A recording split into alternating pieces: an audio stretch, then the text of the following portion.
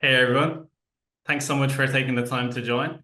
I'm James, the president of IAB Ireland, and I'll be your host today.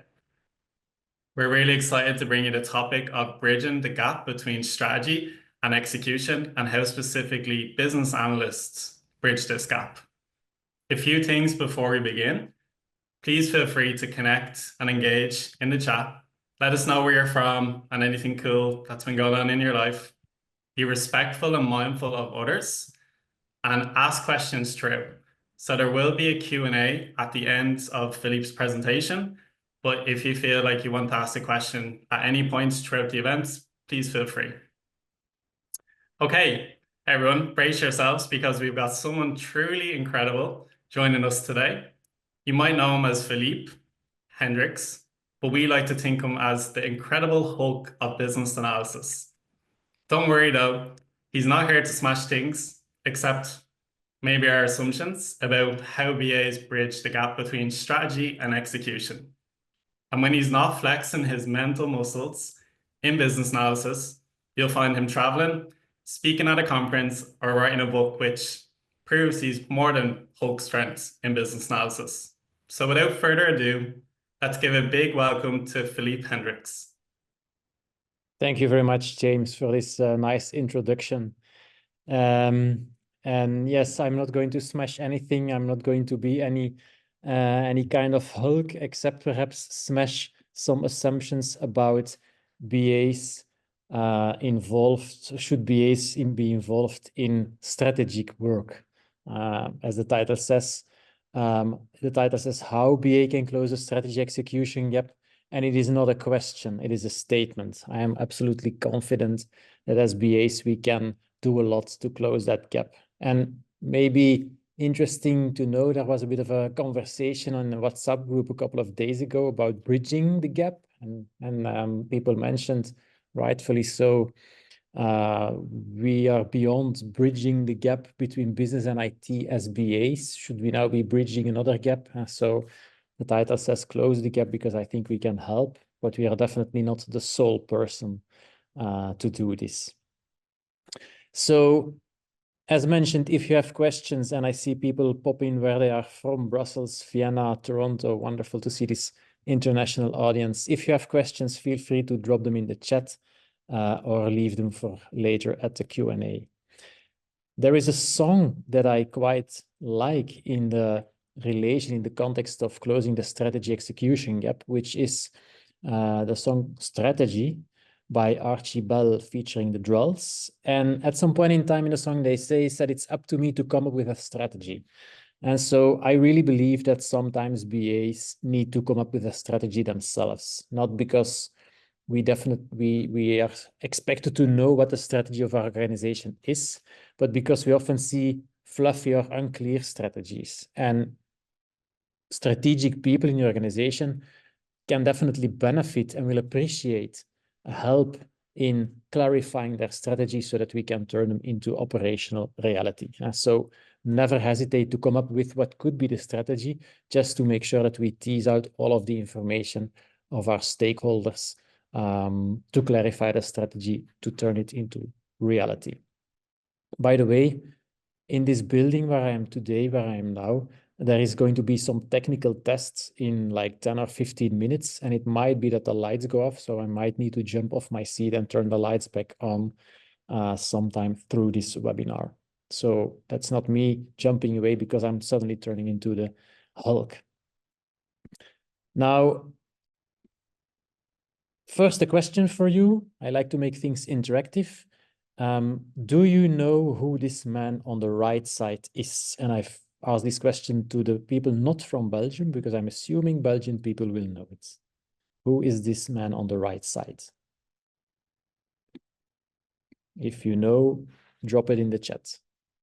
Yes, Vignes. I hope I say this right. Roberto Martinez. And Roberto Martinez was a while ago, for a couple of years, the coach of the Belgian football team.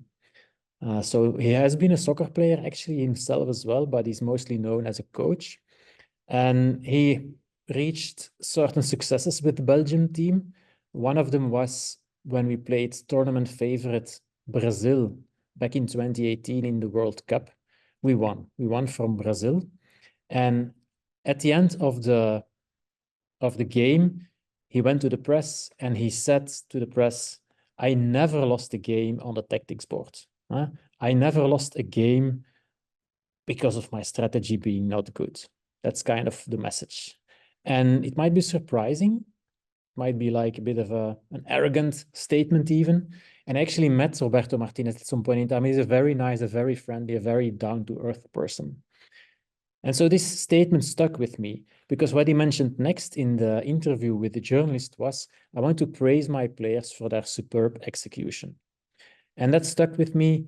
Ultimately, strategy is just theory. Strategy is slideware. It's only when you are able to execute that strategy through change projects that you are turning ideas into operational reality and hopefully benefits, hopefully success. And who are the people involved with turning ideas into reality? Business analysts during any kind of change initiative. So we are really a key connector between strategy and execution, between strategy and reality. Now, if we look at some statistics, and you can find different statistics depending on where you look, one of the most recent ones is from someone at Gartner that says 61% of corporate strategists say poor strategy execution is the primary reason that new growth initiatives fail. And so again, the connection between strategy and execution is often not very clear.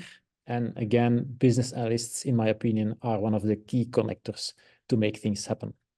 So I would like to ask you, if you look at your own organization, or if you're a consultant, if you look at the customer you're currently working for, do you know and understand the strategy? Do you understand your specific role in implementing and executing that strategy? Do you believe that the strategic goals can be achieved? Is your organization, in your opinion, achieving most of its strategy's potential? If you say yes, absolutely, to all 4 of those questions, then you can leave this webinar and go and have a drink. If you have doubts, then maybe improvement is possible, and maybe some of the things I will explain can help you in close that gap, can help you improve in your understanding of the strategy, understanding how you can help execute it, and so on. And I can imagine that in most cases, most people in most companies will have some questions, some doubts about these specific questions. So it can be used as a very simple litmus test, if you will, to see, okay, where are we in terms of strategy execution? What I use in this talk is 2 key elements to make this happen. The first one is kind of a little framework, lean strategy execution, which consists of 3 parts. First, we will discuss pin down goals. How can we specify, clarify the goals that we have as an organization? The second one is execution. How can we turn those strategic goals into key success factors that will help us achieve those goals? And then finally, strategy execution can be defined, but it's theory until proven in practice. And that's where the lean part comes in. How can we validate that our ideas for both strategy and solutions are effective, that they are going to work? That's where the identify, prioritize, and validate hypothesis aspect comes into play. And we will be using the benefits map, a very simple but powerful tool to visualize the link between strategy and execution, with on the left hand, the goal that we are trying to achieve, and on the right hand, solution features that will hopefully help us achieve that goal. So indeed, it is similar to an impact map. This is kind of the simplified version. You have different variations. This is like the really basic version. An impact map adds a specific column, which is the actors, who is going to influence these goals. You have some other examples like the benefits dependency network. Depending on your specific context, one may be more interesting, more useful than the other one. So definitely use these concepts in whatever kind of benefit map that you are applying in your organization, or that you feel works best in your organization. That's a good remark, Matthäus. Now, in the first part, we're going to specify the strategy. And again, I have a question for you. This marketing slogan, you press the button, we do the rest. Where does this come from? What company came up with this marketing slogan? Do you have any idea?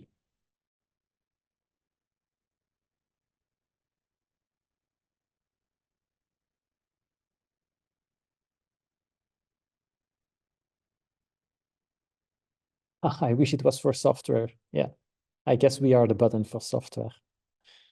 Lights could be, it's actually a company, not a system or a tool. Zapier, interesting suggestion. It's older, the company is older than Zapier. Yes, Kodak, Martin, very good. Kodak, back in 80, Kodak came up with this specific marketing slogan. This was the picture that came with it. And they actually added a bit additional information about this. They wanted to create a camera that anybody could use without instructions. So they are working on customer friendliness, on a good customer experience back in 1888.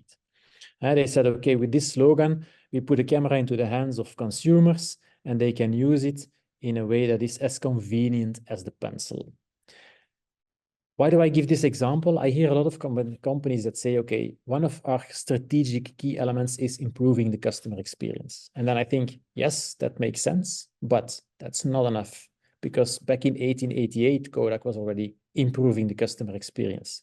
You need to give us more information so that we can use that as strategic guidance for our projects.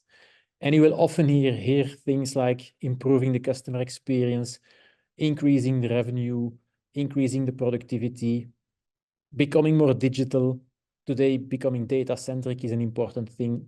Those are all relevant. Those are all potentially true. But what do they really mean for the organization? They don't give any direction. They don't distinguish the organization from its competitors. And a nice way to visualize the role of business analysts in this context is this Dilbert comic.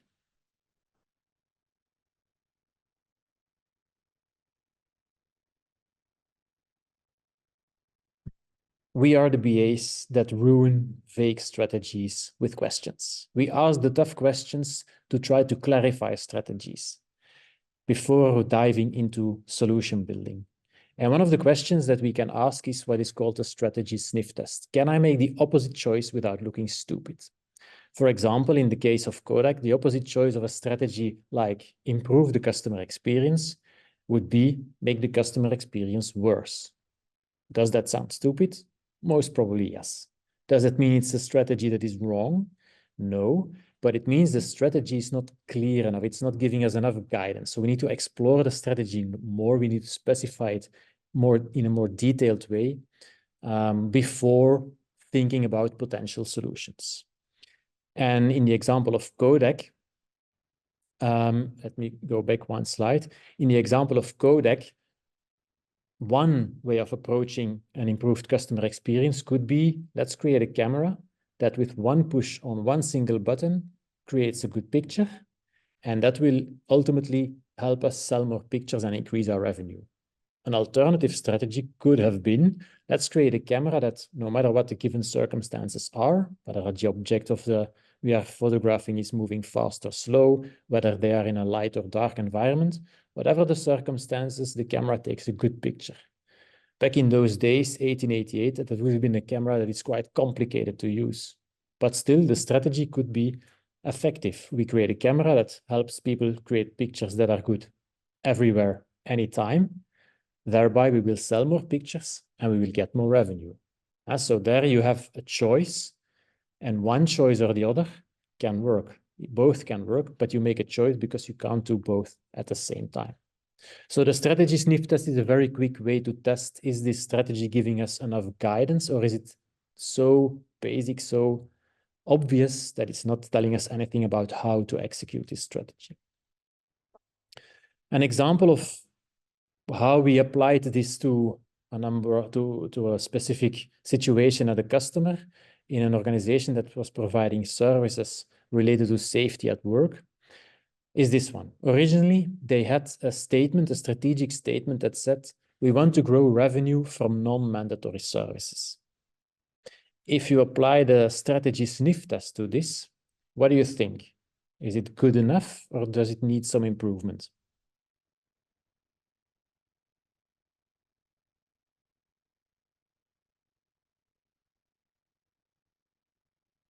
Or maybe you're on the fence.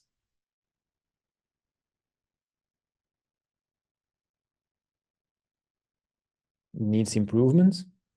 If you take the first part, yeah, it needs to define what is non-mandatory services. That's true. This is clear in the organization. So in Belgium, organizations that provide safety at work services provide both services mandatory by law and potentially services that are not mandatory by law. And those services are most profitable for these companies. And indeed, it can be refined. It's better than just simply saying we want to grow revenue. That would absolutely fail the strategy sniff test, but it still leaves a lot of vagueness, a lot of unclarity in the statement. So by doing some workshops with the people in the company, we ultimately made it into something much more tangible. By 2025, we will double the revenue from non-mandatory services by better exploiting existing products and services at our current customer base. So this is much more of a smart metric. It is specific, it is measurable, it is time-bound, it gives a clear target. It also explains which kinds of products and services we are going to use. It says we are going to exploit our current customers base much better instead of trying to reach new customers. We believe there is much more room for cross and upselling using existing products and services. So it gives a lot of direction without specifying explicitly how we are going to do that. What are the product features that we need to add potentially? Or are we going to do mainly online marketing or intensify our account management and face-to-face marketing? We leave that to the people in the projects to define that, but we still get a lot of direction compared to the first version of the strategic statement. There is another important difference between these two statements, apart from the fact that the second one is much more specific, providing much more guidance. What is the other important difference?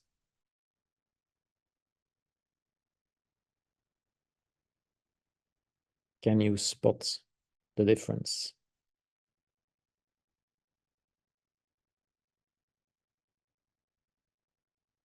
Absolutely, Lucy, will. The first is just an intent. The second is rolling up your sleeves and saying, we're going to do this. We will make it happen. And at any point in time, when you define these kind of strategic statements, you have to check with your team, are we absolutely confident that we will be able to achieve this? Not that we just want it. I want a lot of things, but I'm not able to achieve all of those things. But if I really put my mind to it, and I put my planning to it, then I might get there. So that's a very important difference in mindset, in way of approaching any kind of strategic objective. So that's the first part, strategy. Clarify the strategy, do the strategy sniff test to check, is this already clear enough? Are we having a number of strategic choices that don't prescribe a solution, but still give us potential options of reaching some kind of goal? Is the goal clear? Is it measurable? Is it specific? And if no, as a BA, often together with our business architect, we need to ask the tough questions to get that strategy more specific, more explicit, so that we can then use it to define the projects that we need to run to ultimately turn that idea into operational reality.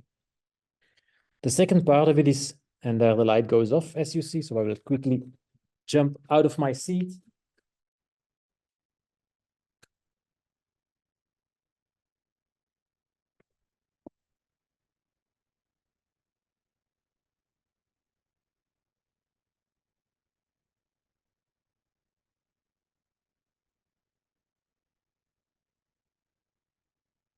So apparently it's not turning on right away. So I will continue for a few minutes like this, and then I will try again. My apologies for this changing into the Hulk scene.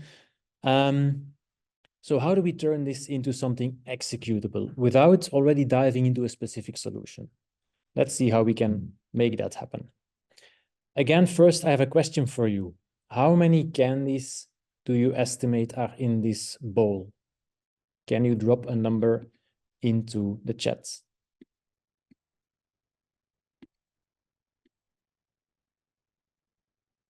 Many, yes, that's a good try. That's most probably correct, Gottfried, but not a number. 432, maybe 700, 300,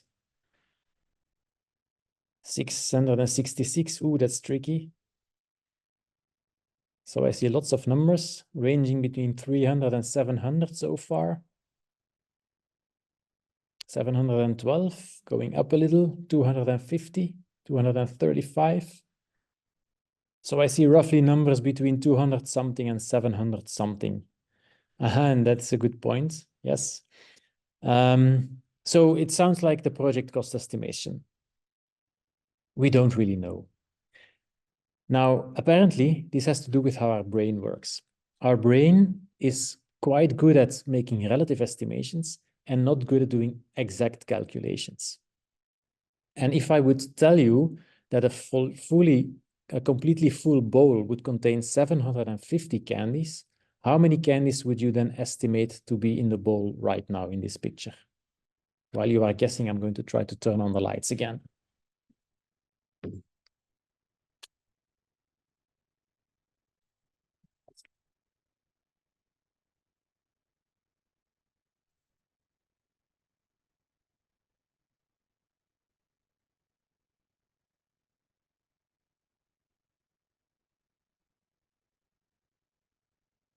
So I see numbers that are closer to each other, 600, 450. So numbers are converging to something that is closer to each other. And that's again an example of how our brain is more easily able to estimate that it is 550 something in this bowl because you have a reference point. And this actually aligns very well with what we do as business analysts. If we have only one single solution to explore, to calculate the cost, to calculate the potential benefits, it's going to be difficult to be roughly right. But if we have multiple options that we can compare, it's going to be much more easy to say which option is cheaper, faster, more effective than which other option. And so having multiple options helps us better select which solution option or combination of partial options is the way forward. So that's one aspect of why multiple solution options should always be on the table before moving forward with implementation. A second aspect of why multiple options are relevant is related to the fact that if we have multiple options, we can ask stakeholders why they think certain options will work better or worse than others. And that gives us very important information about what the stakeholder actually expects from a solution, what the stakeholder needs to be able to achieve the strategic goal. And we will explore that a little bit more. In an example where waiting in line is something that you do not like to do. Say, for example, I'm going to the postal office, I need to get some stamps, and I need to wait in line, and it's not fun.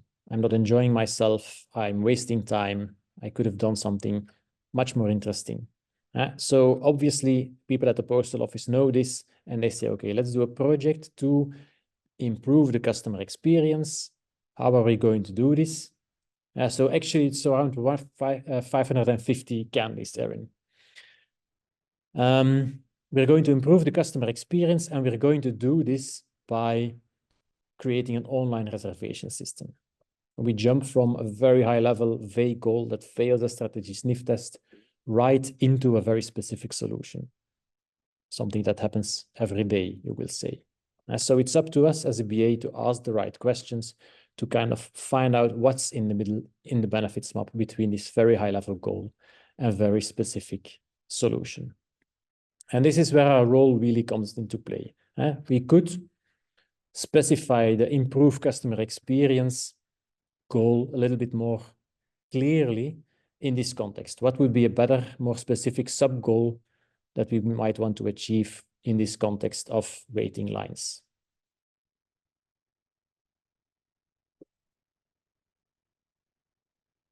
What would you suggest to your stakeholders as a more specific sub-goal? Serve more people, yeah, but so what's then the goal? If you're able to serve more people, what are you then achieving? What element of the customer experience is improving? Speed, absolutely. it will go faster, we will reduce the waiting time for people. And here's the tricky part. On the one hand, this makes a lot of sense. On the other hand, it's already narrowing our solution scope, our solution opportunities a little bit. A couple of years, I think it was like maybe 10 or 15 years ago at the Houston airport, they did a survey with people that are arriving via an airplane at the airport, and they asked about the airport experience. And they asked, what is the worst part of your airport experience? And the answer was very clearly waiting for my luggage at the luggage belt, at the carousel. So they improved the processes. They had the goal of reducing the waiting time at the luggage belt, and they were able to kind of reduce it by about 50%. Amazing success. They found that it was a very good process optimization, adding more staff to it to make it faster. And they tried a new process for a couple of weeks. It worked well, or it seemed to work well, at least to them. They did a new survey. What was the worst part of the airport experience for people arriving at the airport? Again, the waiting time, absolutely. So they said, okay, we need to do something different because this is obviously not possible to reduce it even further. It's going to be much too costly. And then someone came up with the idea, what if we have airplanes arrive at the gate farther away from the luggage belt? Then people need to walk for a longer time before they get to the carousel. And walking is not waiting. The problem was gone because it changed the perception of people rather than the actual process. And so here is an example of how we have to kind of work around what is a good goal, what is a good sub-goal, or what is a good thing to enable us to achieve that sub-goal. And so what we could put in the benefits map is that the online reservation system is a potential solution that helps ensure a short waiting time, which improves the waiting experience, which improves the customer experience. And when we are exploring these kinds of things, we can come up with other elements as well. One way to explore why a certain solution might or might not help is a technique, what I call say yes to no. Say, what if our solution could have no reservations? What would happen? Well, if we don't have reservations, people need to come and they don't know how long they might have to wait. Could we solve it in a different way? Yes, we could show this kind of graph that shows what are the busy and what are the less busy times. Then without reservations, we can still inform people and give them a more or less predictable waiting time. And so by saying no to solutions and asking ourselves, ask our stakeholders, what's going to happen if we can't have this? What could be an alternative? What could be the advantages and disadvantages of each alternative? We better understand the key elements that will help us potentially achieve those goals. What if our solution could have no online access? Well, then maybe we need to have a phone line. What is the disadvantage of a phone line? It's maybe not available 24/7. Okay, so we want 24/7 access. Maybe yes, maybe no. To be discussed. And during that conversation with our stakeholders, we will identify the key elements enabling us to achieve those goals and sub-goals. And so in that conversation, something like this might pop up, a benefits map where we have a couple of key elements. I call these enablers in green: ensure short waiting time, ensure correct and predictable waiting time. People know roughly how long it's going to take. People also are confident that no one else can kind of skip ahead of them, and ensure a comfortable and pleasuring waiting time. What they, for example, try to do at theme parks, where you stand in line for 1, 2, maybe even 3 hours, but you still have some fun, some stuff to look at, some fun stuff to do while you are waiting. And this opens up a lot of ideas, brings up a lot of ideas for potential alternative solutions. The online reservation system could still be valid, but these traditional things where you put a number also solve the problem to some extent. They also implement some of the enablers and might be enough to improve that waiting experience. And of course, we have to try to come up with crazy alternatives as well, like how they do it in Thailand. It's comfortable. People are just sitting while waiting. It's predictable. You know how many people are in front of you. It's not so easy to skip ahead unless someone happens to have the same shoe size as you have. So it works quite well, and there is no IT involved, because ultimately we're business analysts. No one says that we have to come up with IT solutions only. And the advantage of a non-IT solution is that it doesn't require as much maintenance in many cases than an IT solution, which we all know is quite heavy to maintain. So try to come up with some shoe solutions in your future projects just to be able to compare them and to bring up those key enablers that we see here in between the goals and the proposed solution. And to do this well, it's important that we understand how to listen to our stakeholders and that we make sure that our stakeholders understand how to listen to each other. And because all too often when we talk to people, or rather when people talk to us, talk with us, we tend to listen with the intent to give an answer. We don't necessarily listen with the intent to really understand what a stakeholder is saying. Why does my stakeholder absolutely believe that their proposed solution is a good one? What are the key elements in that solution that make it worthwhile building that solution and not another one? That's what we're trying to find out in this conversation. And for example, at some point in time, I worked on a project where they were building a mobile banking application. And the stakeholders told me it has to be a mobile application. It cannot be a mobile website. And I was like, why? The functionality that you're asking for is perfectly implementable as a mobile website, which makes it much more easy to reuse on different devices and platforms. It's just one code base to maintain instead of 2 or 3 for different platforms. Ultimately, I found out that the reason was that web applications could be outsourced, whereas websites had to be built in-house, and the timeline to do so was much longer because of the busy agenda of the development team. That's good to know, because this helps you understand why certain stakeholders believe a certain solution is right, and it helps you understand how other solutions might be better or worse. It gives you some room for making the stakeholder understand that another solution can still satisfy their needs. An interesting way to do so, to make sure everyone is listening to understand, is using the phrase yes and. This comes from improv theater. Instead of saying yes but, you say yes and you make everyone say yes and.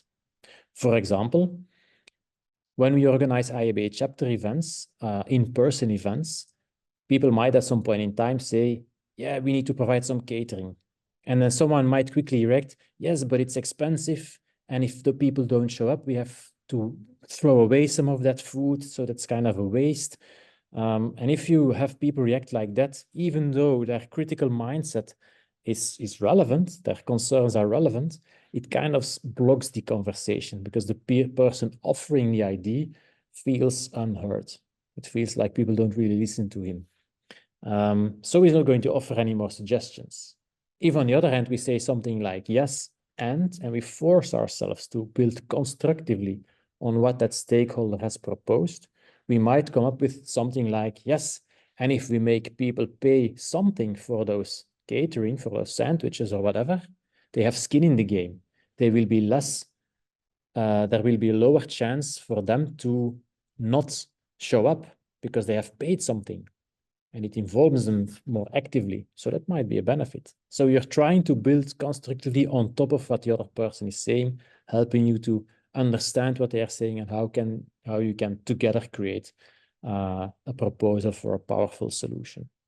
This is actually a very simple and interesting technique that you can try at home. And if you have children, I suggest you try it with your children. And I'm not going to be responsible for any kind of result from that conversation. So that's the second part, execution. We turn the strategic ideas into key elements, enablers that help us hopefully reach the strategic goals. Those enablers could be linked in the BA book with the stakeholder requirements. What are the things that enable a stakeholder to help achieve the strategic goal of the organization, to help achieve the business requirements? And once we have that in sight and we have a list of solution elements that are a good implementation of those enablers, we can move forward and actually execute the project. And here comes the tricky thing, the lean thing. As good as our idea is about this solution, we're never 100% sure that it's going to work. We're never sure that the actual return on investment will be the same as promised in the business case. Absolutely, Karishma. Validating them is crucial before building the entire solution. We're going to validate the idea of Thailand and the shoes in 1 or 2 post offices before rolling it out in the entire country. Does the actual return on investment match the business case promise? Question mark. Are we actually measuring this? An even bigger question mark. In a lot of cases, people just move towards the next projects before measuring whether or not we are actually achieving the value we hope to achieve. So how can we help with that? First, we need to dive in a little bit of project management theory. This is a triple constraint that you all probably know very well. If we manage time, scope, and budget well, we believe that we can create some high quality output. The triple constraint in Belgium is sometimes also called the devil's constraint for good reason. It might be true that we can create output at a high level of quality if we manage time, scope, and budget well, but is that really what counts? The answer is no. Because say, for example, that in this example of the post office, we are going to create an online, we've decided to create not an online reservation system, but a Thailand solution. So based on the benefits map exercise, we decide on the scope of the project. We're going to create an implementation plan. First, provide the chairs, then put up the sign with instructions on what people have to do. And then we start the project. At that point in time, something very dangerous happens. What just happened? And no, it's not the Hulk appearing.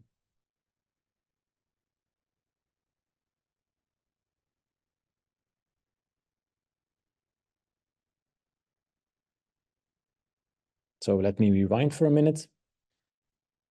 We have the benefits map. We decide on the scope. We create an implementation plan for the scope, and we kick off the project.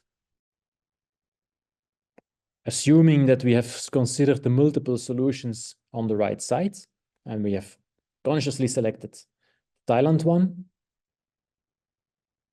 scope creep could happen. That's true. But something even more dangerous. What did we lose out of sight? They are barefoot. That's nice. We actually don't see the value anymore. We don't see the objectives anymore. We don't see the goals anymore. If we turn this scope into this implementation plan and we then kick off the project, often the output becomes the goal. The goal of the project is to deliver the output on time and on budget. And we don't look at the goal anymore. But ultimately, we do the project because we want to achieve a goal, not because we want to deliver some output. So, first of all, it's important to notice that quality is not a consequence, quality is a choice. And the higher the quality you want to get, the more time and budget you will need to invest, or the smaller the scope needs to be. So make that an obvious choice instead of something that is implicit, because if it's implicit, it's going to be very hard to agree on what quality level is actually needed. And if you manage time, quality, scope, and budget well, strive for valuable outcome instead of output. Deliver some piece of output and measure, validate, as was mentioned in the chat before, that this output is actually helping you achieve part of your goals.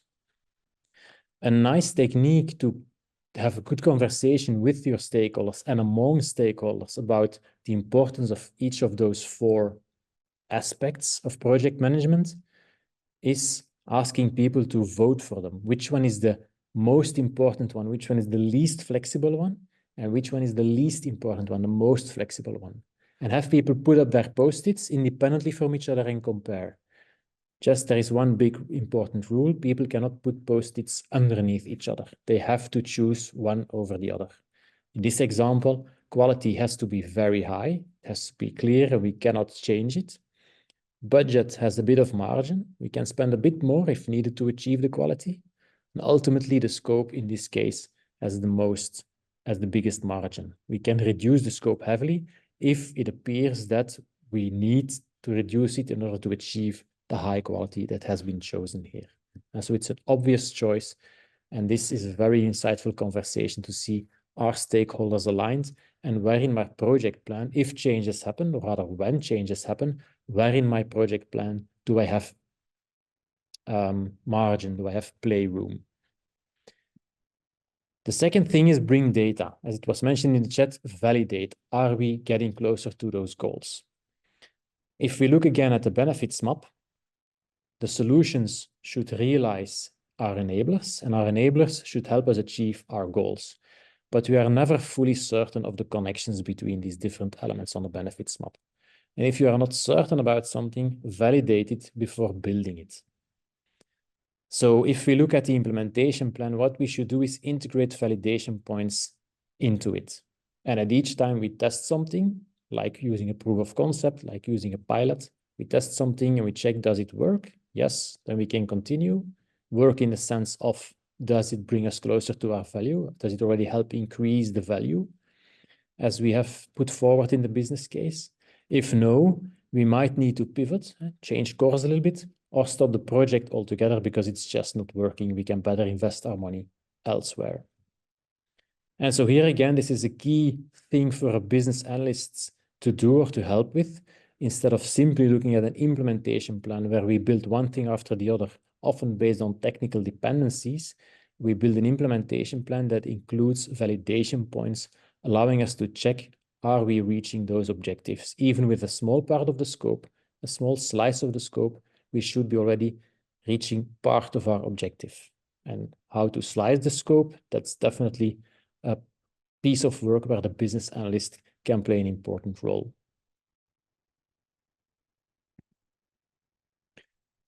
Finally, what I also like very much about the benefits map is that we can use it to identify the critical parts, not only in the sense of what is the most difficult part to implement, but also in the sense of what is the most uncertain part in terms of value creation, in terms of outcome creation. Maybe in this example, the row of chairs is the most uncertain part. We are not really sure that that's really going to contribute to an improved customer experience. And by highlighting that, you showcase by having this conversation with your stakeholders and together identifying where the critical path in terms of value creation lies. You can highlight this in your benefits map and then highlight it in your implementation and validation plan, putting some kind of validation early on in the plan so that you can check, is this a good way to solve the problem, to solve the challenge and try to achieve those goals. As a metaphor, to conclude this part of the story, we can see a project as kind of a long-haul flight. And if you're mid-air, halfway a long-haul flight, and suddenly things change, you might have delivered a lot of output, but nothing that really helps you create that outcome. As a BA, we need to try to slice things a little bit differently, using some stopovers, so that at any point in time, we already deliver something that is being used operationally, that is already benefiting the organization, and then we can jump to the next stop, to the next stopover, and so on. Or at some point in time in between, we change course, or we stop the project because we have already created enough benefits, or we see that it's just not coming, the benefits are not coming, and then it's better to invest our money elsewhere instead of throwing good money after bad money. Again, this is where slicing your project in such a way that you at each stopover, at each point in time, already deliver some of those benefits, not just the output, but some of the benefits, is where the business analysts play a key role. So to summarize, pin down goals is about making sure that our strategic guidelines, our strategic statements have a clear choice in them. They are specific without specifying a solution. They are specific about what direction the organization wants to take. And you often see those in multiple deliverables, business cases, slide decks, Word documents, make sure that all of those deliverables tell the same story. They have the same goals, they have the same strategic choices in them. I see all too often different documents telling a somewhat different story, and then it becomes very difficult to guide different projects or change initiatives.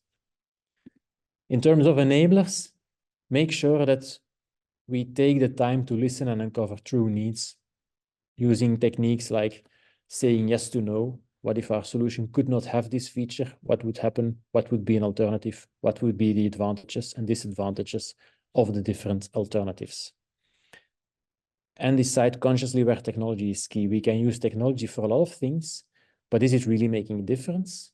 Because technology is expensive. Where is technology key to make a difference to help us achieve those goals? And then finally, make sure that we learn fast by combining an implementation and a validation plan that gives us data to find out, are we getting closer to those benefits? Yes or no. If we do that, that means a bit of a change or an additional focus to the role of the BA. In terms of strategy, make sure that the goals are clear, that it's clear how we create business value, be a value manager. In terms of execution, be an opportunity manager, find those different solution options, solution opportunities, so that you help your stakeholders select the best one. And then finally, in terms of the lean part, be an assumption manager. Don't assume things are true. Don't assume the solution is the right one, but find ways to test before investing fully in implementing and rolling out the entire solution in your entire organization. And with that, I'd like to thank you for your attention. If you have questions or ideas or experiences you want to share, please do so in the chat or get in touch with me afterwards. I'm happy to soundboard. I'm happy to hear about your experiences and challenges via LinkedIn or via email. Thank you very much.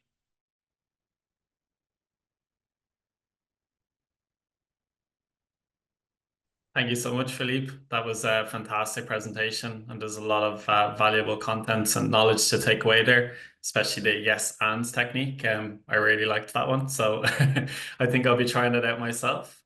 Guys, we're into the Q&A now, so if you do have any questions, please either drop them into the chat or via the Q&A tab. You should see it on the bottom of your screen.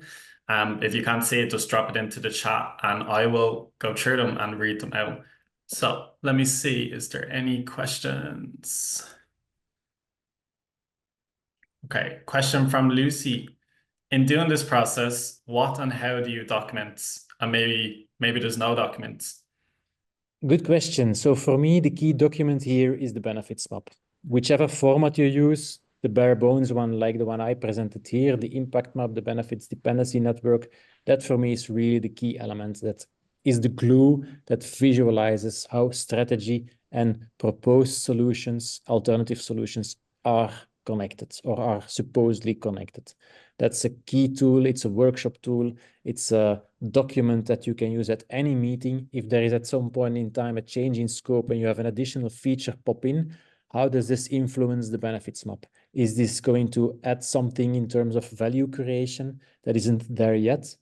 Or is it going to just add something that is already there in terms of value creation? And so it's a prioritization tool. It's a communication tool. For me, that piece of documentation is absolutely essential in the storyline of closing the strategy execution gap. Any other documentation depends on the context. How much, how little, how short or how long will your project be? How many people, how many teams are involved or impacted?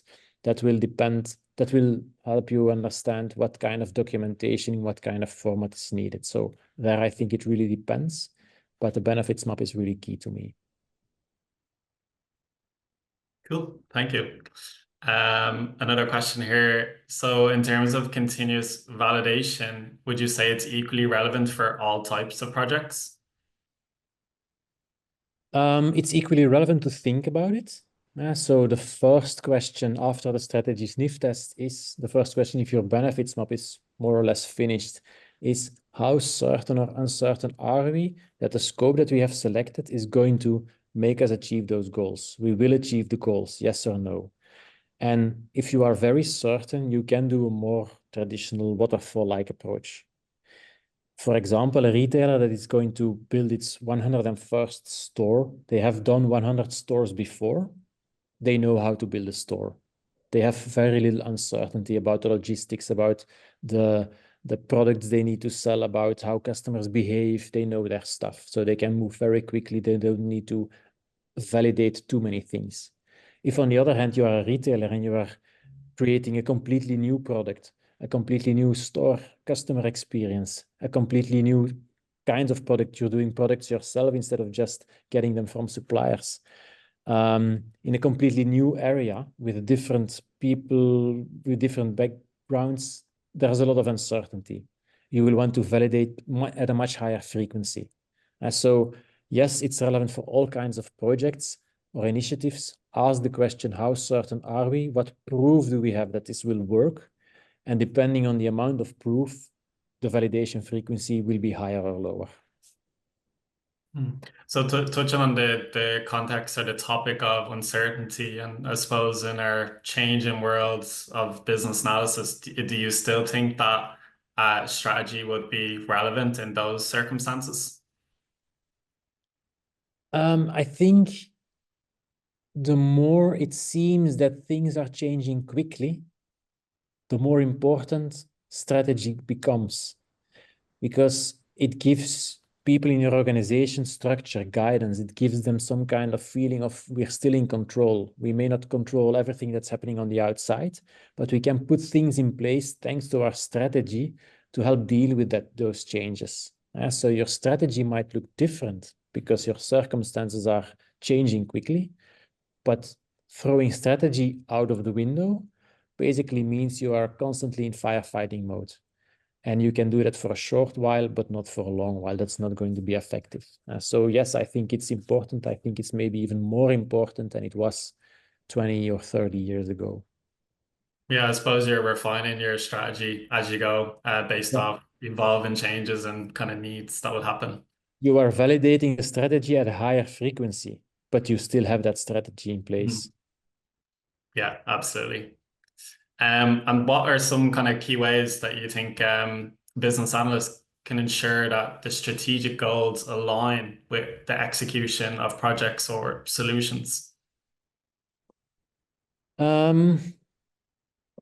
So having the benefits map of all of your initiatives is a key tool to visualize these. How are things connected? If you have multiple benefits maps and they have very different goals, then the alignment on the other side will not happen. So there on the strategic side, you need to make sure that the left side of the benefits map is the same or clearly related across different change initiatives.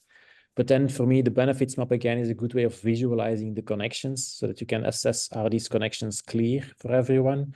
Does everyone know what they mean? Does everyone know what role they play in implementing the features, the solutions on the right side so that we achieve the goals on the left side? That really gives you kind of the glue between both sides. And then touching on data, I suppose data is becoming really big now, especially with the evolving data changes and the likes of like AI coming in. How would you think BAs or business analysts could leverage data and insights to monitor whether we're aligning with the strategic objectives? So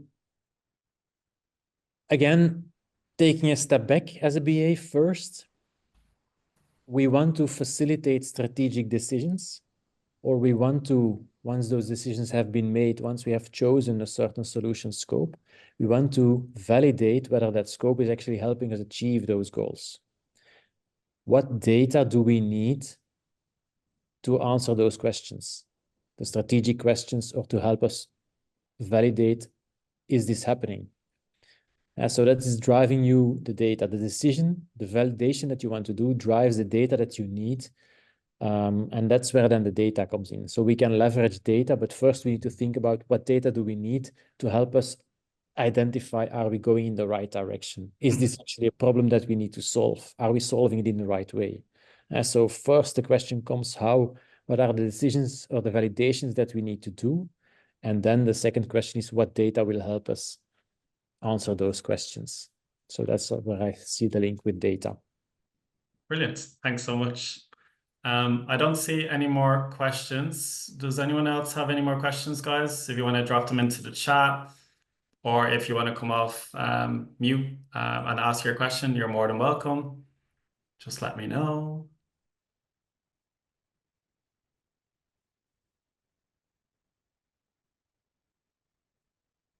No, I don't think we've any more questions there.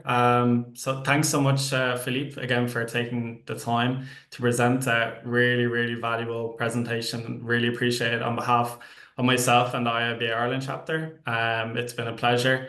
So thanks so much again for spending your evening with us. To all attendees, thanks so much for taking the time, guys. Really hope you enjoyed the presentation. There will be a recording of it, so we will be posting on our YouTube channel. So keep your eyes peeled, just in case you want to flick back at the recording. And we also will be sending out the PowerPoint slides, so you'll have a copy of them. But thanks so much again, guys, for taking the time, and have a lovely evening, and talk soon. Thank you very much for having me, and indeed have a nice evening too, with some more light than we had here. Right. Bye, guys.